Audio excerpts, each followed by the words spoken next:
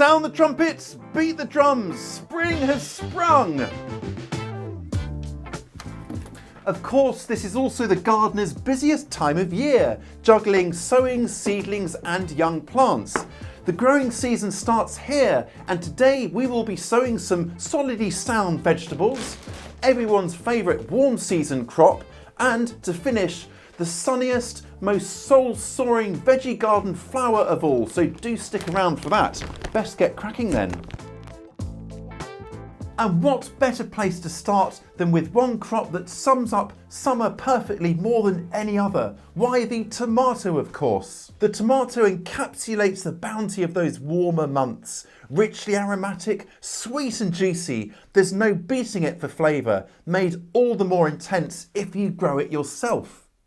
I've got 3 varieties for sowing today: the sweetest golden cherry tomato for adding to salads, a beautiful plum or paste tomato for turning into sauces, and a blight resistant tomato for growing outdoors. Now, last year I had real problems with tomato blight, and I noticed one variety managed to resist it, so I've gone and bought that variety. No tomato is completely 100% resistant to blight, but there are some varieties that show some good resistance. If you're growing your tomatoes outside where they will be exposed to spores carried on the wind, then you might like to consider one of these blight resistant tomatoes. So I'm just using a sieved all-purpose potting mix. I'm firming down a little bit. There we go. Now, these are really fresh seeds. I bought them yesterday, so they'll last a couple of years. So any I don't use, I'll fold over and keep until next year and maybe the year after too. So I don't have to sow all of them. So I'm going to space the seeds in the pot so they're as far apart from each other as possible to give them a little room to grow before I need to transplant them into their own pots. There we go. And then to finish, just another little sprinkling of our potting mix over the top like that. And then gently pat it down. Do not forget to label. Now, if you're sowing just one variety of one vegetable and you know what the seedlings look like, then obviously you can get away without labelling. But if you're sowing a few varieties of the same vegetable, well, the seedlings are going to look the same, aren't they? So it's very, very easy to get mixed up. And I say that from bitter experience. I make a point of labelling as soon as I've sown now. So these have had a good water now, and I'm going to pop them into this simple humidity dome here, which will create a lovely, cosy, warm and humid environment for our seeds to germinate in. You could also just secure a piece of clear plastic over your pots. That works too. These guys are going onto my heat mat to germinate, and they should appear within about a week to 2 weeks. And once they have, they'll come off here. Now, if you don't have a heat mat, don't worry. Any warm and sunny windowsill should do the trick as well. It's probably the last outing for my heat mat for this spring because my other warm season veggies, drum roll please, are growing away under here really nicely. I've got some chili peppers and eggplant or aubergine in here, for example. If you haven't started these off yet, please do hurry because time is running out, and I will link to a video on how to start them off down below. And then when it's warmed up a little bit more, I'll move these seedlings out into the greenhouse when temperatures in there are at least 50 Fahrenheit or 10 Celsius. And that way I can make the most use of the outside light, the natural light, and save on grow light running costs. Once the seedlings are up, I will transfer them into their own pots and then grow them on initially inside and then bring them out here to continue growing. Then they will be planted outside, my blight resistant tomatoes, and the others in here in this greenhouse border. Now in here, I know I'll get a really good crop no matter what the summer, whether it's a scorcher or a complete washout. And I am sure we will be checking in on those tomatoes as the season progresses. It's time to sow 2 vegetable garden staples, parsnips and leeks, which will form the backbone to my winter vegetable garden. Now I know no one wants to be thinking of winter just as we're leaving it, but forward planning is a must. Knowing what to sow when can be a bit of a logistical conundrum, but I'm finding the garden planner invaluable for this. It keeps a track of what needs sowing when, based on data from your local weather station. Really very handy. If you'd like to try it for yourself for free, then I'll pop a link to it down below. Now then, leeks. For some reason, Rosie absolutely loves leeks and rolls about in them, flattening them. I wondered why she had oniony breath. But leeks and other alliums like onions and garlic are not good for dogs at all. So I need to find a way to kind of fence them off from her and keep them well away from her. In the meantime though, to keep her safe, I'm going to start them off inside in the greenhouse. Traditionally, leeks are sown into pots or into the ground and then lifted up once they're about pencil size to then pop into their own dibbered holes. It's a very satisfying process. You dibber your hole, pop in the leek, then simply fill the holes with water and walk away. The leeks then grow on to produce lovely long white stems because much of the stem sits below the soil surface, so they naturally get blanched. I'm taking the alternative tack. My leeks are going into plug trays and I'm going to multi-sow them.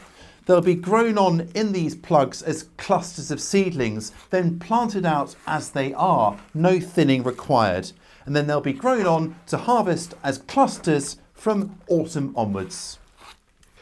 Right, I'm going to sow little pinches of seeds, between 4 and up to 6 seeds per plug here. I've chosen a variety that is resistant to rust, by the way, which is a common disease of leeks. So that should hopefully avoid that. So I've just covered them over a bit and I'll give these a water shortly.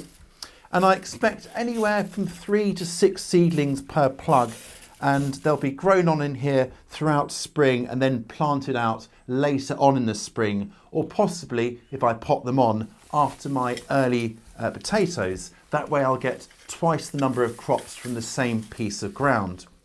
Now, if you don't have lots of room for leeks, don't worry, I reckon they look really attractive in flower borders. They've got lovely glaucous upright foliage that thrusts out of the ground, and I think it gives a really kind of designer-led eye to your garden, so they can go just about anywhere. What do you reckon?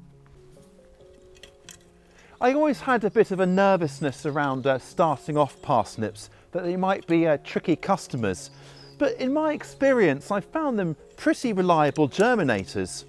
The important thing is to make sure that the soil is warm enough. That is crucial. And you also have to remember that they take their time to rise and shine, 3 and even up to 4 weeks. So they're going in here. I've raked the soil nice and level. This had a good topping of compost back in the autumn, so there's good fertility in here for our parsnips. So I'm going to start by marking out my rows here about 1 foot or 30 centimetres apart. Now I'm going to carefully space out the seeds about 1 inch or 2 to 3 centimetres apart. Now these are good sized seeds, so they're nice and easy to sow. Because they take so long to germinate, I'm just going to pop little sticks at the end of each row just to kind of mark out the position, and now simply cover them back over. Now, because the parsnips do take a long time to come up, I'm going to be a bit opportunistic and sow something really quick growing in between them. And can you guess what it is? It is radishes. Now, these guys will be up and kind of well on the way to maturity by the time the parsnips come up. And then they'll be harvested, well, long before the parsnips need the extra space. So it's a good way of getting a little bit more from the same piece of ground. So again, I've made my row 1 inch or ½ an inch, 1 centimetre deep, and then just kind of sprinkling the seeds along about ½ an inch or 1 centimetre apart, like that. The radishes should be up within about a week, and they shouldn't really need thinning. The parsnips, on the other hand, once they're up, I will thin them in stages until they are about 6 inches or 15 centimetres apart. If you've never tried parsnips before, please do. They are the royalty amongst root vegetables. I love them roasted with a little bit of honey, absolutely delicious, and they are generally trouble-free. Parsnip seed doesn't last very long though, so do be sure to use fresh seed. I love my greens, and it's time for the sowing of the first greens of the year. And I'm going to be sowing collard greens, which are just a kind of non-hearting type of cabbage. Now last year I grew some lovely head-forming cabbages, but the problem was I got slugs interwoven with the leaves. They kind of got properly in there. So by growing something with a more open habit, I'm hoping the slugs will be less hidden away and we'll find it less of an attractive home. That's the plan anyhow. Oh, and collard greens can be harvested cut and come again style by just twisting off the leaves as you need them, so you can keep them growing. No great big heart of cabbage to use all at once. In the interest of saving space, I'm going to sow them into this small pot here just to start with. Then once they're up, I can transfer them into their own plugs to grow on. And then they'll be planted out into their own dedicated bed enriched with plenty of compost. And I'll set them about 18 inches or 45 centimetres apart in both directions. This is a great month for planting potatoes. Now do check out our last video on the splendid spud when I show you how to plant up containers like this and the difference between determinate and indeterminate potatoes and how to use that to your advantage. And here are my main crop potatoes, a variety called Sarpo Myra. Both potatoes and tomatoes are prone to late blight, and this is a blight resistant variety. By chitting them or sprouting them like this, they'll be well ahead for when I get them planted later on this month. If you haven't ordered your seed potatoes yet, get on and do that pronto before stocks run out. Sunshine on a rainy day.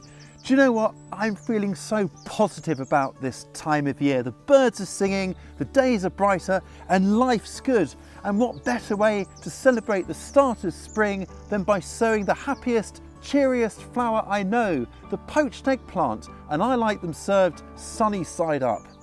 Poached eggplants readily self-seed once they get established. In fact, you can see the seedlings here from last year's flowers. They kind of act like a green living mulch beneath taller plants like beans and broccoli, and in milder areas they will stay green throughout the winter. These are fantastic little flowers. I want more poached eggplants dotted here and there throughout the vegetable garden, so let's get on and sow some more. Now the first job is to scrape back some of this mulch so I can get at the soil, and then I'm just going to lightly fork it over to fluff it up, ready to receive those seeds. There's really not much to sowing these, just taking a pinch of seeds and scattering them liberally over the surface like that. And then I'm just going to tickle them in with the fork. The soil's really quite moist here already, so I won't need to water them just yet. Now, poached eggplants really are a mecca for insects, and I'm talking the really good guys. Once these start flowering, they will be attracting all sorts of beneficial bugs that will help to pollinate your crops and devour the pests. Wonderful stuff.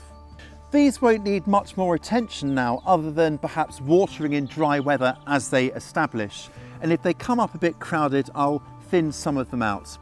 Sowing directly into the soil like this, accompanied by beautiful bird song, it just instills a real sense of optimism. Just wonderful. I'll catch you next time.